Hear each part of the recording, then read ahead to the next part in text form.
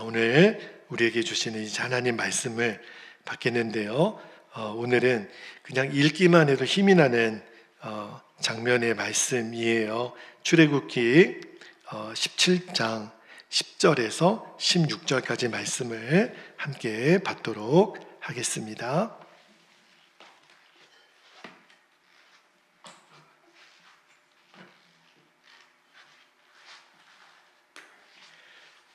자, 출애굽기 17장 10절 제가 먼저 읽고 여러분이 한 절 이렇게 교독하여 읽겠습니다.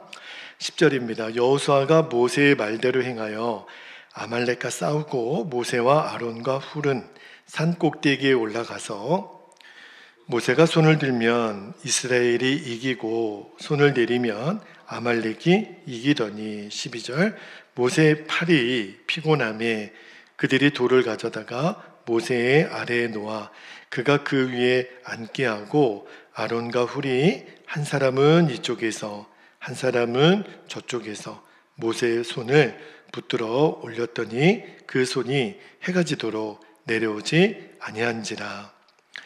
여호수아가 칼날로 아말렉과 그 백성을 쳐서 무찌르니라. 14절 여호와께서 모세에게 이르시되 이것을 책에 기록하여 기념하게 하고 여호수아의 귀에 외어 들리라. 내가 아말렉을 없이하여 천하에서 기억도 못하게 하리라. 모세가 제단을 쌓고 그 이름을 여호와 니시라고 16절 함께요.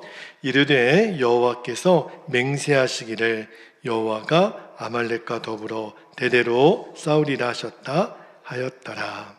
아멘. 하나님 말씀입니다. 자, 기도의 골방에 들어가라. 네 번째 말씀 나누겠는데 계속해서 하나님이 지금 우리에게 기도가 기쁨이 되는 일에 대한 말씀을 전하게 하고 계세요. 근데 기도가 기쁨이 되면 너무너무 좋죠. 근데 우리의 기도가 기쁨이 되기 위해서는 하나님의 응답이 임하는 거죠. 하나님의 응답이 임하면 우리의 기도에 기쁨이 되는데 오늘 그 말씀을 좀 나누려고 해요. 오늘 설교 제목이 응답을 통해서 주시는 기도의 기쁨입니다. 자, 여러분 지금 하늘을 날아다니는 비행기 보면 저는 지금도 비행기가 하늘을 날아다닌다라는 게 참 신기해요. 그죠? 어떻게 하늘을 날 수 있는 생각을 했을까? 그 처음 생각을 누가 했냐면 미국의 라이트 형제가 그 비행기를 고안하고 개발을 했는데 근데 그 두 형제가 어떻게 그렇게 비행기를 발명할 수 있는 그런 지혜를 하나님이 주셨을까? 그 두 형제의 아버지가 감리교 목사님이세요. 웰튼 라이트라고. 근데 그 아버지 목사님이 그 두 라이트 형제가 어렸을 때부터 설교를 하시면 늘 설교 주제가 뭐냐면 위를 바라보라.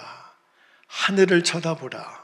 이게 늘 설교 제목이에요. 어렸을 때부터 아이들이 아버지 목사님이 늘 위를 보라, 하늘을 보라. 그러니까 어렸을 때부터 그 말씀의 은혜를 받아서 그 두 형제가 들에 나가고 산에 가면 늘 하늘을 봤대요.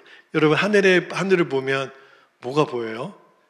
그냥 구름이 보이죠. 그리고 날아다니는 새들이 보이는데 근데 생각이 드는 거예요. 새는 어떻게 하늘을 날지? 그게 너무 신기하더라는 거예요. 그러면 새만 하늘을 나나? 사람은 날 수 없을까? 날아다니는 어떤 물체를 만들 수는 없을까? 그 꿈이 이 라이트 형제에게 생겼던 거예요. 맨날 아버지가 하늘을 보라, 위를 쳐다보라 그 말 때문에 그래서 생각하고 또 생각하고 하나님이 지혜를 주셔서 제일 먼저는 그 하늘을 나누는 기구를 만들게 되죠. 그리고 그게 기초가 되어서 이제 점점 이제 많은 사람을 태울 수 있는 이제 비행기가 되는데 그 웰튼 라이트 아버지 목사님 84세 때 드디어 그 아들들 라이트 형제가 만들었던 그 비행기구에 실제로 탑승을 해가지고 비행을 했다는 거 아닙니까? 얼마나 감격스러웠을까요? 최초로 하늘을 날아다니는 그 기쁨, 와, 그거는 상상도 못할 거예요. 근데 제가 어떤 생각이 들었냐면, 우리가 어떤 거를 계속 소망하게 되고 그거를 자꾸 바라게 되면 하나님이 그 일을 진짜 이루어 주시는 것 같아요. 그런데 그냥 뭐 어떤 인간적으로 내가 되고 싶은 거, 갖고 싶은 거, 원하는 거 이루어져도 기쁨이지만, 근데 그 일이 성령께서 내 안에 주시는 나의 원함이 아니라 성령의 원함인데, 그 일을 위해서 내가 기쁨을 계속 내가 소망하고 간구하면 하나님이 왜 안 들어주시겠어요? 그죠? 아니, 그냥 하늘을 쳐다보라, 위를 쳐다보라, 그거 가지고 소망하고 비행기도 만들었는데, 성령님이 내 안에 주신 마음을 계속해서 내가 구하고 간직하고 하나님 앞에 기도하면, 얼마나 주님이 놀라운 일을 행하실까. 그래서 우리가 성령 집회 때마다 하나님, 내게 기도의 능력도 주시고 기도의 기쁨을 주십시오. 우리가 그렇게 기도하고 있는데 정말 하나님이 그렇게 역사해 주시기를 축복합니다. 근데 왜 이 말씀을 계속 드리냐면, 기도의 기쁨이 와야 기도가 힘들지가 않아요. 그렇죠? 자, 근데 우리의 기도가 힘들지 않고 기쁨이 되려면, 우리가 그냥 기도만 하고 아무 역사도 일어나지 않으면 우리에게 정말 그거보다 힘든 게 어디 있겠어요. 그러니까 하나님이 우리에게 기도의 기쁨을 주시는데, 특별히 오늘 말씀을 통해서 응답을 통해서 주시는 기쁨에 대한 말씀을 좀 여러분과 나누고 싶어요. 여러분, 기도만 하면 하나님이 응답해 주신다. 조지 밀러 목사님은 5만 번 기도 응답을 받았다 그랬는데, 여러분도 한번 그런 책을 한번 쓰셨으면 좋겠어요. 조금 조지 밀러 목사님보다도 조금 약하게 5,000번 기도 응답을 받은 우리 김영환 권사님. 이런 책 나오면 제가요 책임지고 10만 권을 팔아드릴게요. 얼마나 영광스러운 책이에요. 그 책을 보면, 이야, 기도했더니 다 이루어졌네, 다 이루어졌네. 얼마나 기도가 기쁨이 되겠어요. 그죠? 그러면 그거를 본 사람들이, 야, 나도 기도하고 싶은데, 아주 그냥 베델교회 찾아가서 권사님 어떻게 기도하면 돼요? 아마 물어보지 않겠습니까? 그렇죠? 그때 이제 우리가 가르쳐 주면 돼요. 근데 우리가 꼭 기도해야 될 것이 뭐냐면, 이런 기도 응답의 기쁨을 얻기 전에 반드시 해야 될 게 있어요. 그게 뭐냐면, 기도의 수고는 내가 직접 감당해야 됩니다. 이게 오늘 설교의 포인트예요. 자, 기도의 응답은 저절로 오지 않아요. 내가 실제로 기도해야 되고 기도의 수고를 감당해야 됩니다. 그러면 하나님이 기도 응답의 기쁨도 주시고 우리의 기도의 차원을 어마어마하게 열어주세요. 자, 오늘 본문 말씀 출애굽기 17장은 너무너무 유명한 말씀이에요. 그냥 제가 처음에 그랬잖아요. 읽기만 해도 신난다고. 하나님이 하나님의 민족을 대적했던 아말렉이라는 그 족속과 이제 이스라엘이 전쟁이 일어났죠. 근데 사실 이 전쟁은 게임이 안 됩니다. 당시 모세가 이끌었던 출애굽 세대들은 군인이 없어요. 전쟁 훈련을 받은 적도 없고 그냥 민간인들이에요. 근데 아말렉은 최정예 부대고, 근데 전쟁이 일어났다.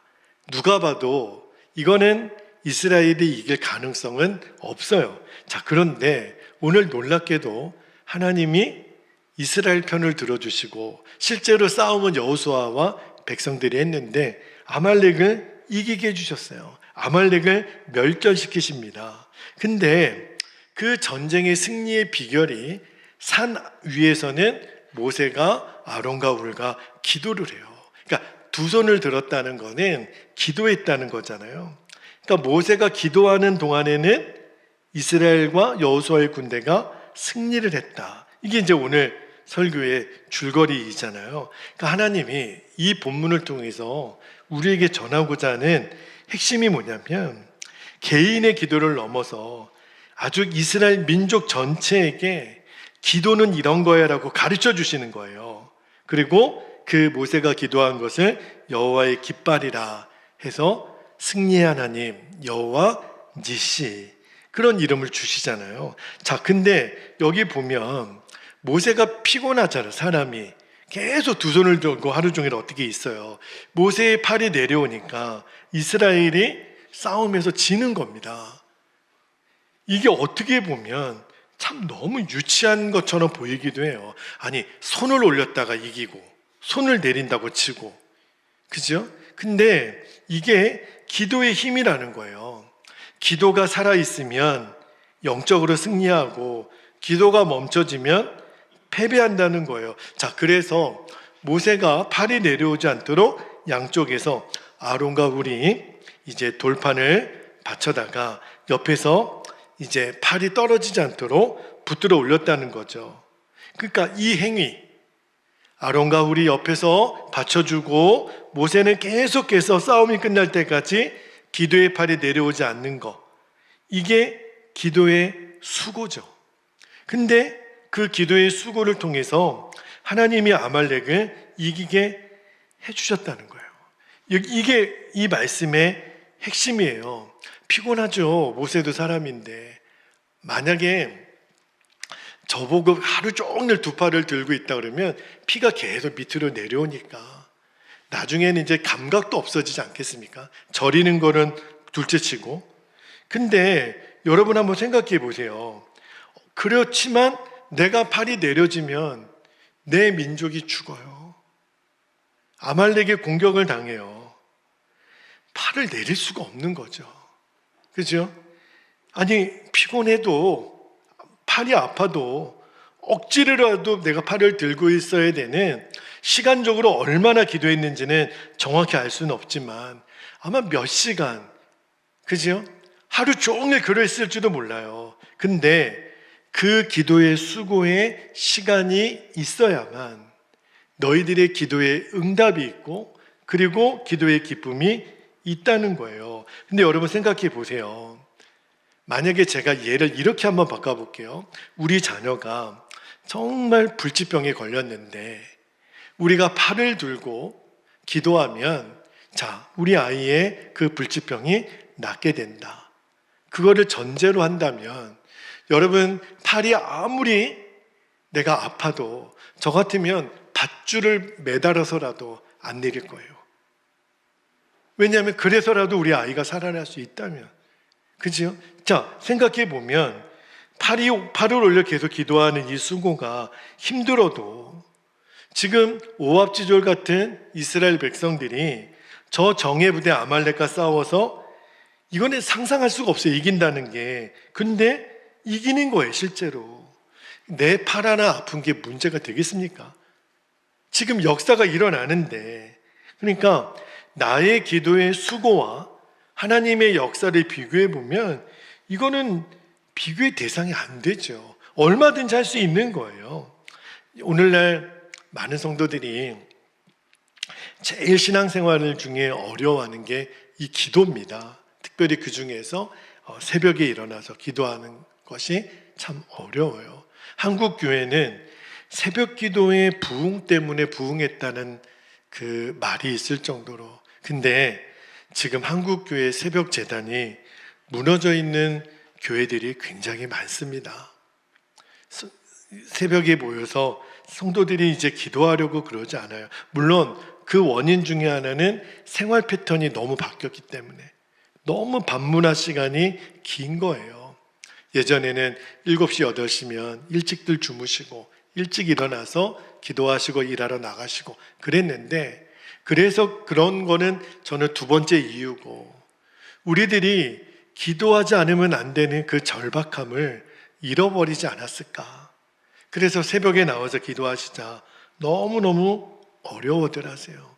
제가 오늘 새벽에 우리 청년 한 명이 딱 이렇게 교회로 온 거예요. 새벽 기도에. 제가 너무 마음이 감사하고 뭉클한 거 있죠. 그래서 너 어찌 왔냐 이렇게 물어봤더니, 목사님, 밤새 잠을 못 잤어요. 아르바이트도 늦게 끝났지만 너무너무 잠이 안 와서, 그래서 밤을 새워서 안 되겠다, 새벽 기도 가야겠다. 그리고 온 거예요. 여러분, 잠이 안 온다고 다 새벽 기도 갈 생각 못 해요. 근데 주님이 그 마음을 주셨고 그 주신 마음에 순종했던 것이 제가 얼마나 기특한지 나중에 맛있는 거 사주려고 그래요. 근데 여러분, 아무리 우리가 그렇게 새벽에 나와서 이렇게 기도하는 것이 쉽지 않죠. 그런데 우리의 기도가 그 모세의 팔이 올려져 있을 때 실제로 그 기도 응답의 역사가 일어났던 것처럼 나 한 사람이 기도해서 정말 하나님의 역사가 일어나는 그 일과 비교해 보면 내 기도의 수고는 사실은 아무것도 아닌 거죠. 아니, 모세가 힘들었어요. 모세가 안 힘들었다는 거 아니에요. 그러나 그로 인해서 얻어지는 그 결과를 보면 얼마든지 하는 거죠. 그죠? 누구라도 하는 거죠. 근데 안 믿으니까 안 하는 거죠. 내가 기도한다고 되나? 그걸 안 믿으니까 기도 안 하는 거예요. 믿으면 진짜 그 수고를 하는 거죠. 그거를 진짜 믿는 사람은 기도 시간이 이제는 막 흥분이 되는 거죠. 와, 하나님이 이번에는 내 기도를 통해서 어떤 역사를 이루실까? 여러분 지금 기도하면 막 그런 흥분과 기대가 되시기를 축복합니다. 신나는 거죠. 여러분 중에도 건강을 위해서 드시는 약들이 있으시죠? 그리고 운동도 하시지요. 고혈압 약도 드시고 당뇨 약도 드시고 하다못해 비타민이라도 우리가 챙겨 먹잖아요. 자, 그런데 꾸준히 약을 드시는 분이나 건강을 위해서 약을 드시는 분이나 운동을 하시는 분들의 공통점이 있어요. 그게 뭔지 아세요? 시간을 정해놓고 꾸준히 뭔가를 하십니다. 약을 아무 때나 드시지 않아요. 하루 3번 또는 주무시기 전에 어떤 공복에 내가 약 먹는 시간이 있어요. 운동하시는 분들도요, 시간을 정해놓습니다. 그리고 꾸준히 그 일을 해요. 아무리 바빠도 약 꼭 드십니다. 그렇죠? 아무리 급한 일이 있어도 내 건강을 위해서라면 내가 정해진 시간에 꼭 약 드시고 운동도 하세요. 왜냐하면 약을 먹기 싫을 때도 있겠죠. 운동하기 싫을 때도 있겠죠. 그런데 약을 먹었을 때랑 먹지 않았을 때랑 그 몸이 벌써 다르잖아요. 운동을 했을 때랑 하지 않았을 때랑 내 몸이 벌써 다르다라는 걸 알기 때문에 그거를 아는 사람들은 약을 어떻게든지 챙겨 드시고 어떻게 해서든지 운동을 하세요. 근데 사실은 기도가 똑같아요. 기도 힘들죠. 어렵죠. 그러나 다른 일도 바쁘고 몸도 피곤하고 그래서 내가 좀 기도 좀 쉴까? 그럴 수도 있겠죠. 그런데 여러분 실제로 내가 기도를 쉬어 보십시오. 하루 이틀, 한 달, 한 학기에 내가 기도를 한번 쉬어 보세요. 그러면은 개운할 것 같죠? 아니에요.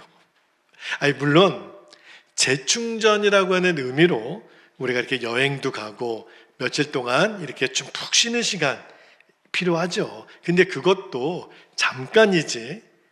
일주일, 한 달, 1년 그렇게 한번 해보세요. 어떤 일이 일어나는 줄 아십니까?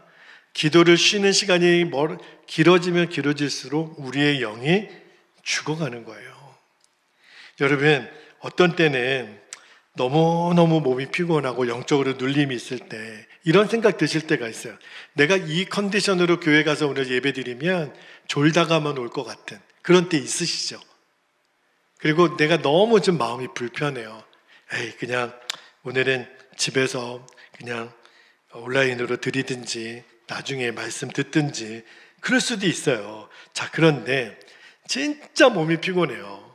근데 교회 와서 좋은 한이 있더라도 내가 마음이 너무 불편해요.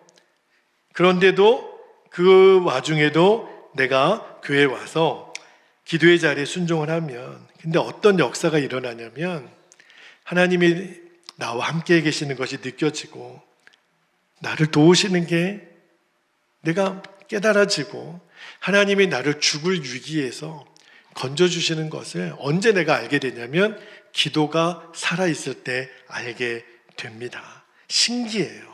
여러분, 아무리 기도가 힘든 것 같아도 저와 여러분이 오늘 마음에 다잡으시기를 내가 죽는 한이 있더라도 기도의 자리는 지킨다.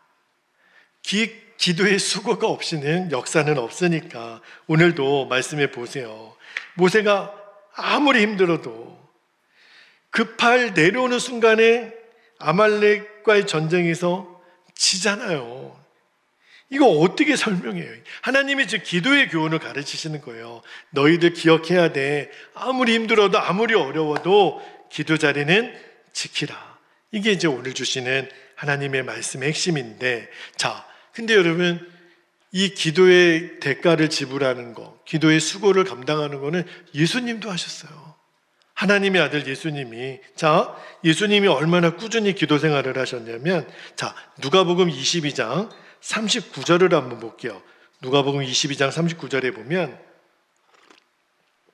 예수께서 나가사, 보세요, 습관을 따라, 이 습관을 따라라는 말은요, 매일 하셨다는 뜻이에요. 감람산에 가심에 제자들도 따라갔더니, 여러분, 감람산에 예수님이 왜 가셨어요? 등산하러 가신 게 아니에요. 기도하러 가신 거예요. 그죠? 여러분, 겟세마네 동산에 그 나중에 베드로와 요한, 야고보 세 제자를 데리고 가실 때도 예수님 뭐라고 말씀하셨냐면, 내가 기도할 동안에 너희는 여기서 기다리라. 그냥 기다리는 게 아니라 너희도 깨어 기도하라. 그거죠. 근데 제자들이 가만히 보면 예수님이 기도 생활 하시는 거는 거의 습관이에요. 한 번, 한두 번 한 게 아니라 매일 하셨다는 거. 근데 여러분 생각해 보면 예수님이 기도가 필요하신 분이세요? 아니, 하나님 그분이 기도를 받으셔야 되는 분이 어떻게 그렇게 습관을 따라 매일 기도하셨을까? 예수님은 가르치신 거예요. 기도 외에는 이런 유가 나가는 일이 없느니라. 그러니까 예수님 사역의 능력은 꾸준한 기도에서 왔다라는 거죠. 마가복음 1장에 보면 예수님 하루 사역이 쭉 나오는데 새벽부터 예수님 사역이 시작이 돼요. 회당에 들어가 설교하시고 귀신 쫓아내시고 베드로의 장모 치유해 주시고 모든 환자들을 다 치료해 주시고 귀신 쫓아내시고 말씀 전하시고 하루 종일, 그리고 밤늦게 돼서야 조금 쉬세요. 그런데 이제 이른 아침에 아마 저 같았으면 더 잤을 것 같아요. 그런데 이른 아침에 마가복음 1장 35절을 한번 볼게요. 마가복음 1장 35절에 보면 이렇게 되어 있습니다. 새벽 아직도 밝기 전에. 개역성경에는 새벽 미명에 이렇게 나와 있는데, 예수께서 일어나 나가 한적한 곳으로 가사 거기서 뭐 하셨다고요? 기도하시더니. 하루 이틀 하신 게 아니에요. 예수님은 시간을 정해놓고 매일 꾸준히 이 일을 감당하셨구나. 힘들고 어려우면 어려울수록 더 기도하셨던 거예요. 그게 예수님 사역의 비밀이라는 겁니다. 여러분, 무엇이든지 대가 지불 없이 얻어지는 것은 없잖아요. 그렇죠? 내가 심은 것이 있어야 그걸 거두게 되는 거잖아요. 아마 여러분도 그런 경험이 있으실 거예요. 어느 일정 기간 동안 우리에게 계속 기도만 하게 하시는 시간. 그렇죠? 저는 그 일이 지루한 시간이 아니라 하나님의 역사를 저와 여러분이 기대하는 시간이, 왜 이렇게 오랫동안 기도하게 하실까? 하나님이 역사를 이루게 하실 거구나. 기대하는 시간이 되기를 바랍니다. 우리 감리교회 창시자인 웨슬리 목사님도 그분의 일기를 쭉 읽어보면 어떻게 하나님 앞에 이분이 이렇게 귀하게 쓰임받을 수 있었을까? 시간을 정해놓고 기도하는데, 근데 이분은 그게 좀 과하셨어요. 시간을 정말 1분 1초도 이렇게 틀리지 않게 꾸준하게 기도를 했는데, 근데 본인만 기도한 게 아니라 같이 기도하는 사람들에게 우리가 기도하기로 했으면 월요일 날 몇 시부터 몇 시까지 3시간을 기도하시고 5시간 말씀 보시고 또 기도하시고, 얼마나 그 시간을 정확히 지켰는지 그 사람들을 지켜보는 사람들이, 알고 저 웨슬리와 기도하는 사람들은 규칙주의자들이다. 영어로 메소디스트라고, 규칙주의자들이라고 그렇게 별명이 붙었어요. 그런데 그 규칙주의자들이라고 하는 메소디스트가 감리교회 이름이 됩니다. 저희 교회가 감리교회라 그랬잖아요. 그러니까 감리교회 이름은 규칙적으로 기도하는 사람들이라는 뜻과도 그렇게 똑같이 보시면 돼요.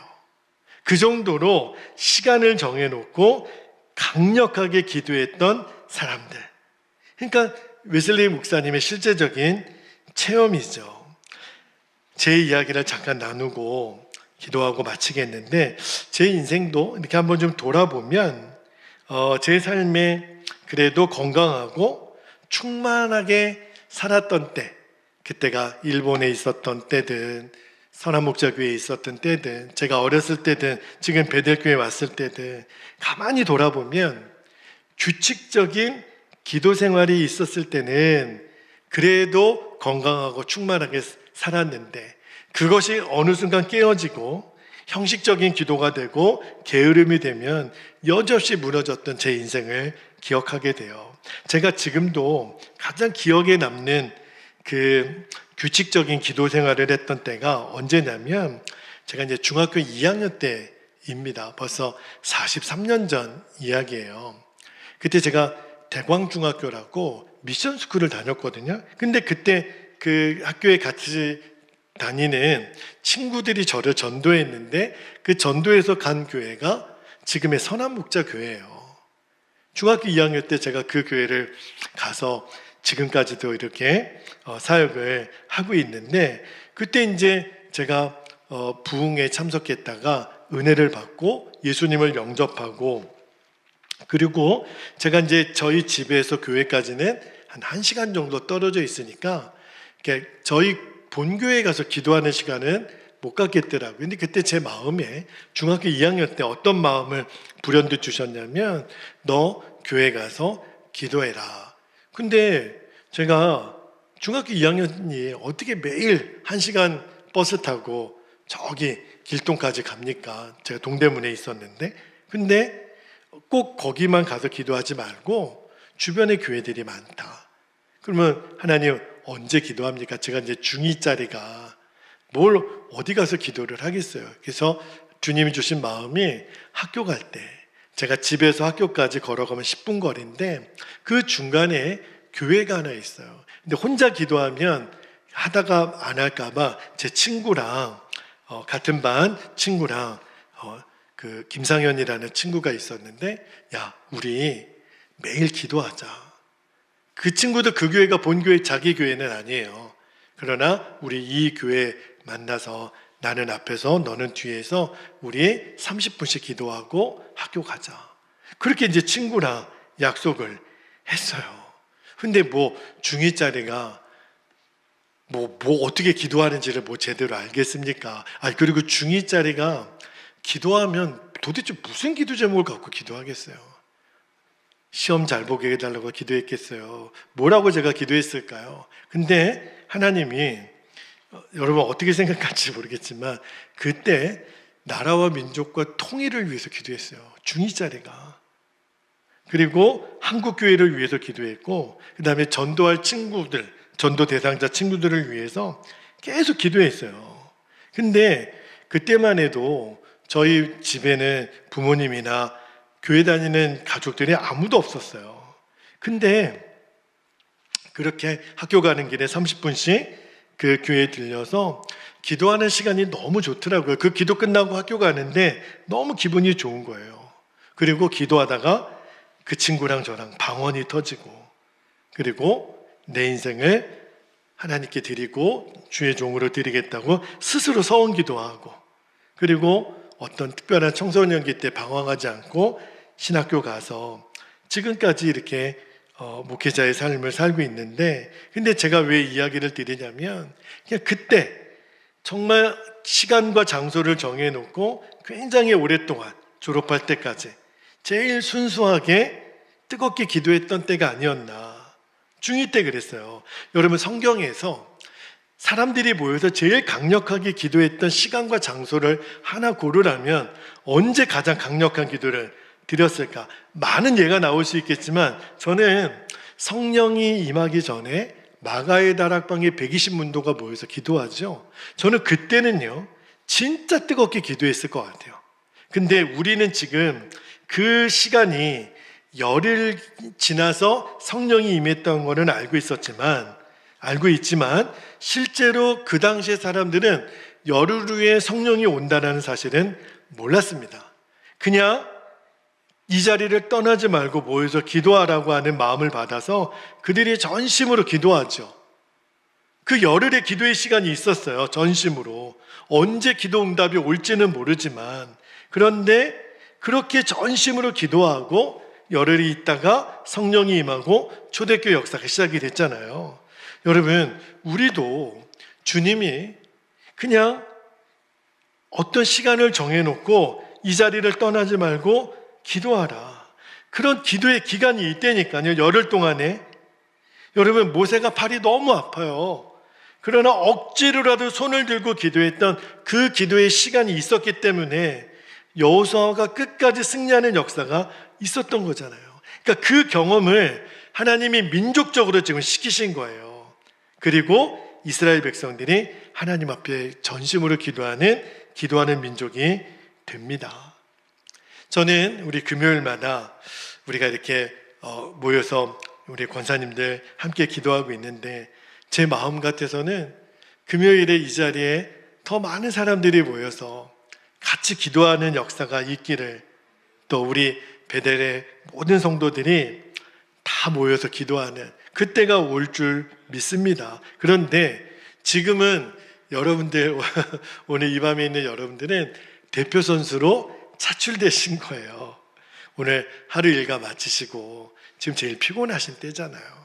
그리고 졸립기도 때고 피곤이 몰려오는 시간이지만, 저는 우리가 이 자리에 앉아 있는 것이 사실은 기도의 수고를 지금 하고 있다고 믿어요.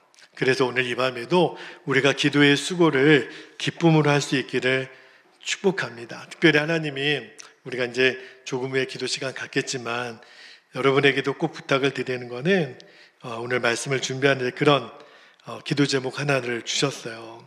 우리 베델교회가 하나님의 임재가 충만한 교회로 세워지는 겁니다. 그래서 어느 누구라도 이 베델의 성전문을 열고 들어오는 순간에 성령의 강력한 임재를 경험할 수 있는 교회로 세워지는 일을 위해서 하나님이 기도를 쌓으라, 그 마음을 주세요. 그리고 하나님이 내가 너희들의 기도를 주목해 보고 있다, 그 마음을 주세요. 여러분, 우리가 하나님의 역사를 경험하게 되는 그 순간에는요, 기도하지 않으면 안 되는 그 영적인 그 분위기를 저는 오늘 이 밤에 모인 저와 여러분이 계속 만들어 나가기를 소망합니다. 오늘 말씀을 마무리하며 기도하겠는데, 기도의 수고가 없이는 기도의 응답은 오지 않습니다. 그 말씀 하나를 좀 길게 드린 거예요.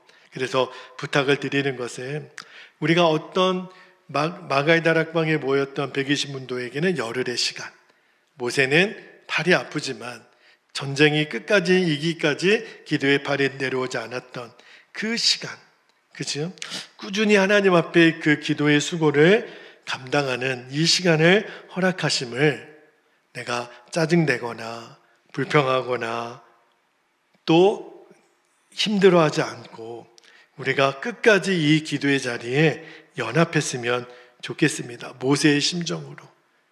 하나님의 역사는 기가 막히게 나타날 거니까 그 역사를 내가 볼 수 있다면 이 기도의 수고가 뭐가 그렇게 어렵겠어요, 그죠? 대신에 그 사명을 감당하고 또 수고를 감당하는 하나님의 사람들이 모여져야 되는데, 첫 번째는 저와 여러분이 그리 되기를 원하고, 하나님이 그 기도의 강력한 역사를 경험하게 하시는 또 기도의 용사들을 계속해서 모아주시기를, 또 그렇게 하나님이 일하실 것을 믿고 여러분에게도 그렇게 축복합니다. 이제 우리 함께 기도하겠는데요, 두 가지 기도 제목을 우리가 붙잡고 기도하겠습니다. 첫 번째는 어떤 상황 속에도 기도의 자리를 끝까지 지키고 응답의 능력을 경험하는 믿음의 사람 되게 하옵소서. 기도의 수고를 실제로